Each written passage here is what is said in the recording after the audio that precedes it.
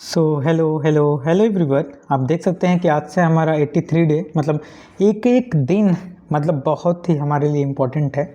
और कभी कभी तो सच में मेरे को बनाने का मन नहीं करता है, लेकिन if I have taken this initiative तो हाँ, ये बनाने से कंटिन्यूटी मेंटेन होती है।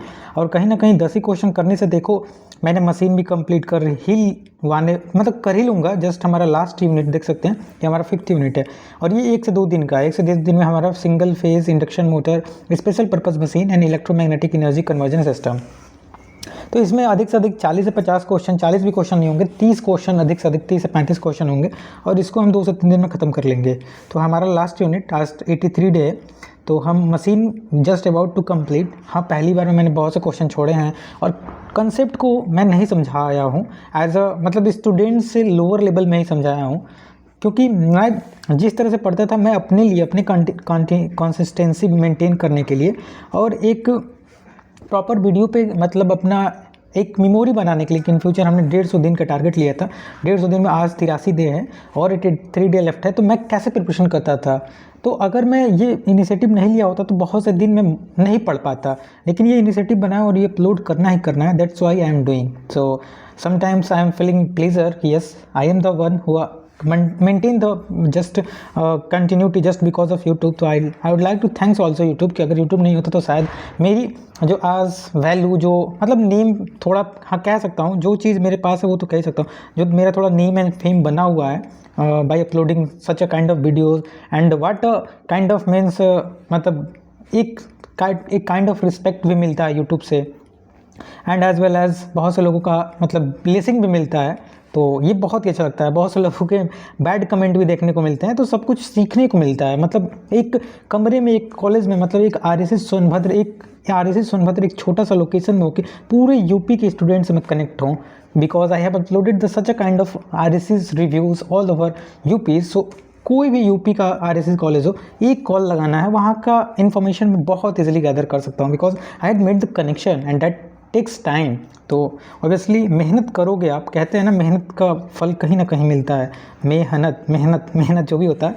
तो थोड़ा हम अब टॉपिक पे आते हैं और आज हम special purpose machine last unit पढ़ने वाले हैं। थोड़ा सा मैं अपने बारे में इसलिए बता दिया क्योंकि आप किसी भी सेमेस्टर में हो, आप किसी भी ईयर में हो सकता है आज न मेरा वीडियो देखें, आप कल देखें, कल ना देखें, कभी सजेशन में आ जाए।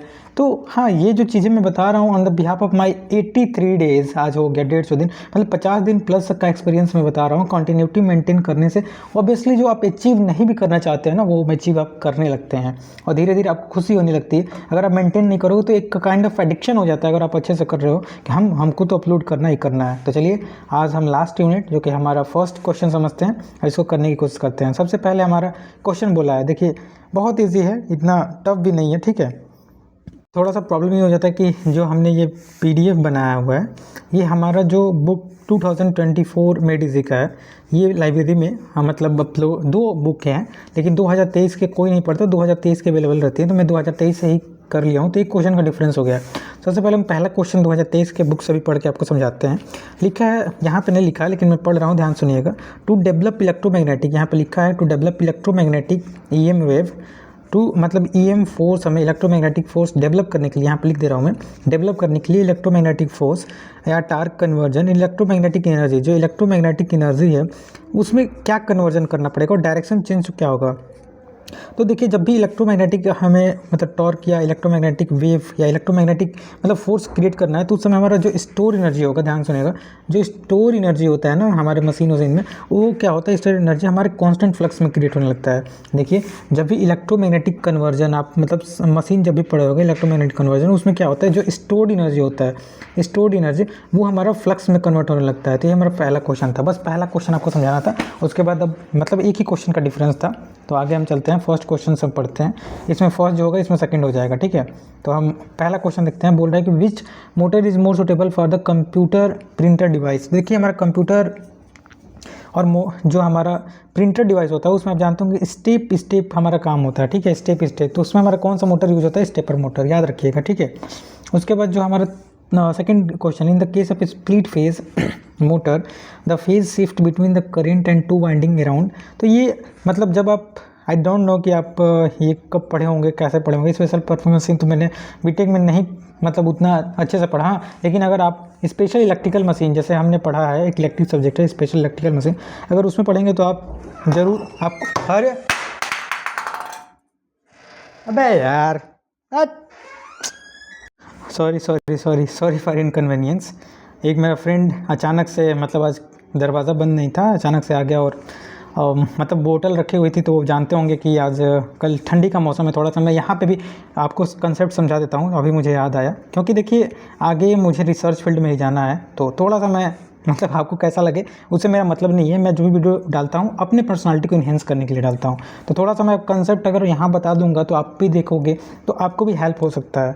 देखिए क्या होता है कि हमारा, आप जानते होंगे एटमॉस्फेरिक प्रेशर से क्या होता है, आप मतलब एटमॉस्फेरिक प्रेशर से आप जानते होंगे, जब भी हम मतलब ठंडी के मौसम में अगर पूरा हमारा दरवाज़ा बंद है और एक दरवाज़ा थोड़ा सा खुला हुआ है और एक दरवाज़ा जो हमारा मेन दरवाज़ा उसको खोलते हैं, तो ये मतलब हमारा दरवाज़ा ये भी खुलता है बंद होता है, अगर इसको खोलेंगे तो ये भी खुलता है बंद होता है। तो वैसे ही पूरा अभी ठंडी का मौसम चल रहा है और सभी दरवाज़ा बंद है, और मैं जो मतलब ये खिड़की होता है उसके पास साइड में हमने एक खाली बोतल, पानी का बोतल खाली हो गया था, वही रखा हुआ था। तो जैसे ही मेन दरवाज़ा खुला, ये बोतल जो है उसके अचानक गिरा, और मेरे रूम में अभी कोई है नहीं, तो मैं भी डर गया कि हुआ क्या। उसके बाद जब देखा तो वो आके मतलब दरवाज़ा खोल रहा है, तो जस्ट यही हुआ, तो मैंने बता दिया और यहाँ पे एक कंसेप्ट भी बता दिया।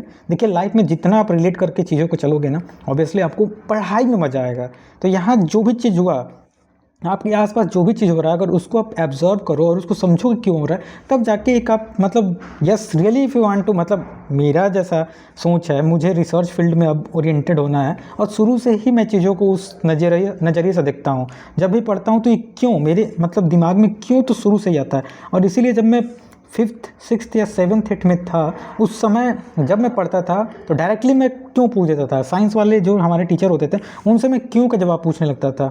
और बहुत से टीचर तो आप जानते हैं कि मतलब गाँव में टीचर, मतलब मैं ये नहीं कहना चाहता हूँ, लेकिन हाँ मेरे को क्यों का आंसर नहीं होता था। तो कभी कभी मेरे पापा भी टीचर हैं, तो उनसे भी बोला करते थे कि आपका लड़का बहुत ज़्यादा क्वेश्चन पूछता है।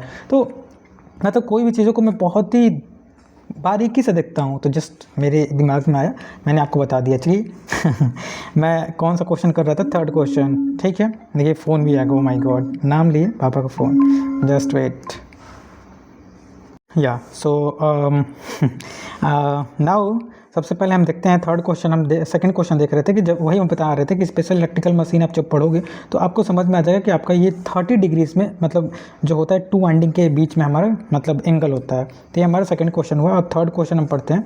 3rd क्वेश्चन इसमें हो गया। 4th क्वेश्चन अब पढ़ते हैं। 4th क्वेश्चन हमारा क्या कह रहा है।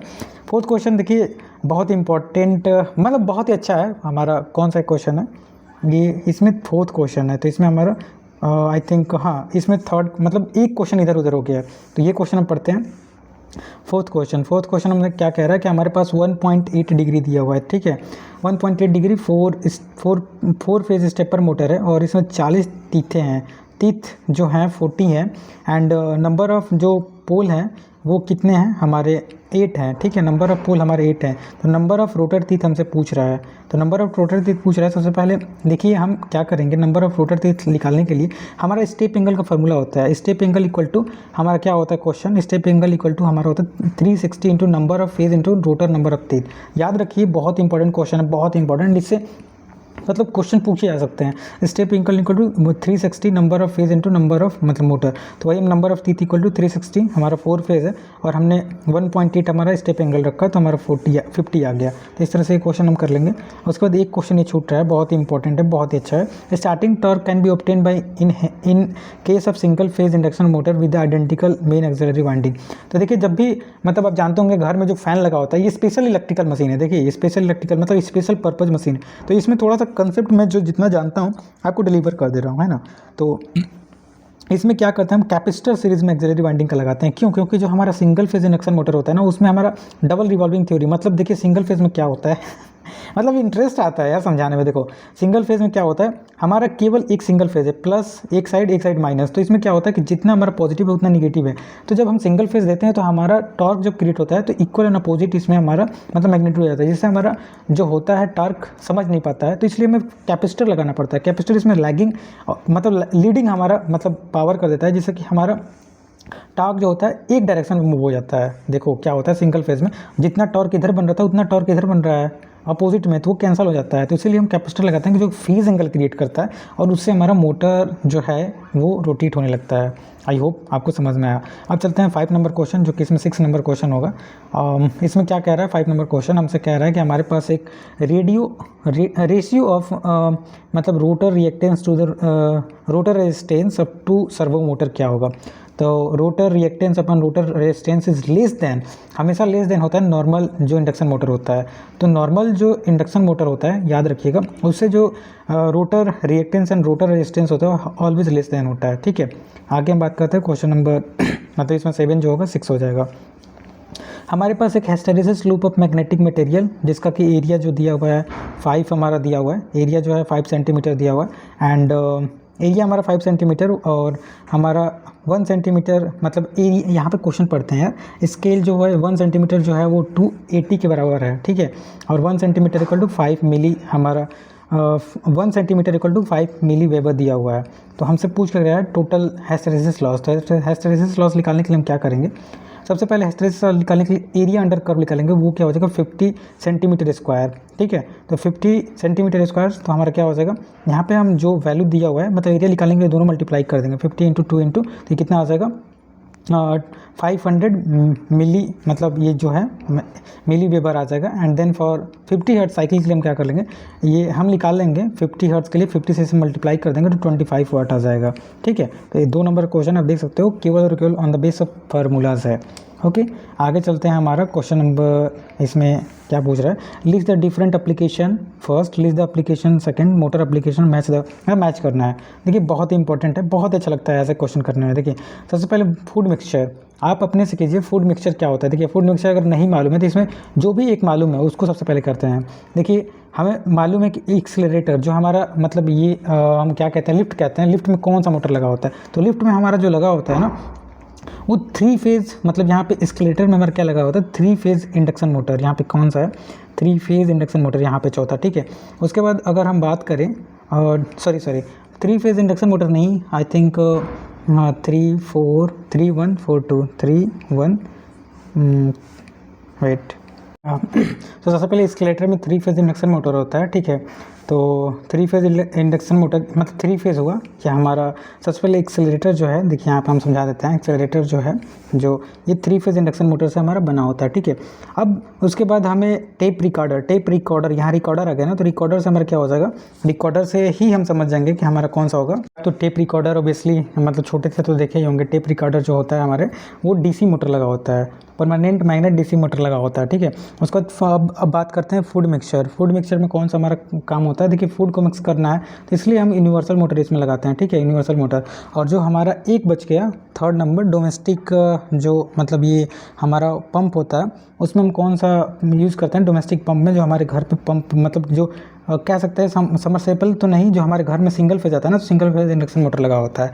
तो इस तरह से हमारा ये हम सभी आपको बताएं कि सबसे पहले फिर से मैं बताते हूँ, फूड मिक्सर के लिए हम यूनिवर्सल मोटर, देखिए फूड के लिए यूनिवर्सल मोटर, हमारा टेप रिकॉर्डर के लिए हम कौन सा मोटर यूज़ करेंगे, डीसी मोटर, हमारा डोमेस्टिक पंप के लिए सिंगल फेज हमारा इंडक्शन मोटर, और जो एस्केलेटर होता है 3 फेज इंडक्शन मोटर। यहाँ से आई होप आपको समझ में 2 नंबर का क्वेश्चन होना चाहिए, जरूर 2 नंबर क्वेश्चन होना चाहिए, 1 नंबर का है, देख सकते हो माई God.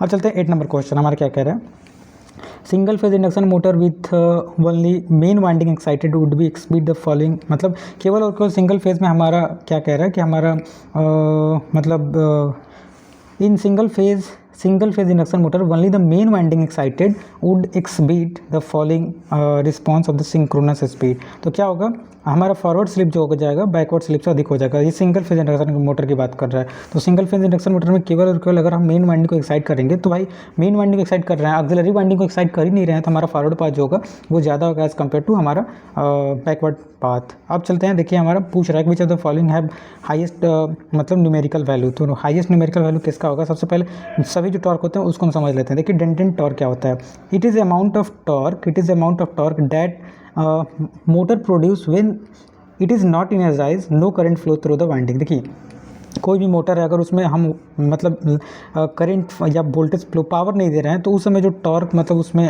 It is the amount of torque that motor produce, उस समय जो मतलब विदाउट सप्लाई के जो मोटर हमारा प्रोड्यूस करता है टॉर्क, मतलब यहाँ पे बहुत अच्छे से हमने लिखा हुआ है, अगर आप PDF पढ़ेंगे तो आपको समझ में आ जाएगा कि यहाँ पे लिखा हुआ है कि it is the amount of torque that motor produce when there is no energy, no energise, no current flow through the winding is called हमारा डेंटेन टॉर्क। उसके बाद आगे हम पढ़ते हैं हमारा होल्डिंग टॉर्क क्या होता है। तो होल्डिंग टॉर्क व्हेन द मतलब current flow through the but motor not rotate, current flow कर रहे हैं लेकिन हमारा जो है ये रोटेट नहीं कर रहा है, होल्डिंग टॉर्क। पुलिंग टॉर्क क्या होता है, maximum value of the torque that given speed at the motor starter. मतलब इस पुलिंग टॉर्क क्या होता है, जिसमें हम अपने मोटर को स्पीड अप मतलब टॉर्क बढ़ा भी सकते हैं, घटा भी सकते हैं, रिवर्स डायरेक्शन कर सकते हैं, उसे हम पुलिंग कहते हैं। पुल आउट टॉर्क क्या होता है, maximum value of torque given speed at the motor can generate while running the synchronism is called हमारा, मतलब ये जो होता है ना इसमें हमारा क्या होता है, maximum value of torque given speed that motor can generate whole running in synchronisation if the motor run out. मतलब इसमें क्या होता है हमारा, हम मतलब इसमें हमारा मतलब पुल आउट हो जाता है टॉर्क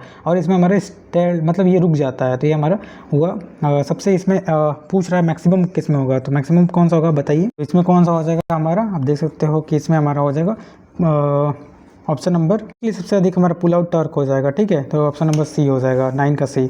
अब लास्ट क्वेश्चन आज का हम चलते हैं जो पूछ रहा है क्वेश्चन नंबर 3 जो हमसे कह रहा है मतलब which of the following definitely of the permanent magnet rotor. तो परमानेंट मैग्नेट रोटर किस में होता है, ऑब्वियसली आप जानते होंगे, आप थोड़ा सा ही पढ़े होंगे। परमानेंट हमारा परमानेंट मैग्नेट रोटर बात कर रहा है, रोटर ना कि स्टेटर। अगर स्टेटर की हम बात करें तो हम तो डीसी कम्यूटेटर मोटर में भी हम यूज़ करते हैं, मतलब करते हैं। स्टेपर मोटर का तो हमें मालूम नहीं, रिलक्टेंस मोटर। लेकिन ब्रशलेस जो डीसी मोटर होता है उसमें रोटर जो होता है वो हमारा परमानेंट मैग्नेट का बना होता है। तो इस तरह से थोड़ा सा टाइम अधिक हो गया यार, 16 मिनट, ओ माय गॉड। लेकिन हाँ, मैंने बहुत सी चीज़ इसमें अच्छी चीज़ भी बताए हैं, तो अगर अच्छा लगता है तो देखिए, नहीं भी अच्छा लगता है तो it's not big deal for me, क्योंकि ये मैं खुद जानता हूँ कि मैं एक स्टूडेंट हूँ, मैं क्या ही समझा सकता हूँ। अभी मैं जो प्रिपरेशन कर रहा हूँ एक कंसिस्टेंसी बनाने के लिए, मेंटेन करने के लिए, रोज़ अपने आप को स्केल अप करने के लिए आई एम जस्ट अपलोडिंग। तो प्लीज़ ऐसा कभी निगेटिव कमेंट मत कीजिएगा कि कुछ समझाने नहीं आ रहा है, because I am student and that's it. Thank you.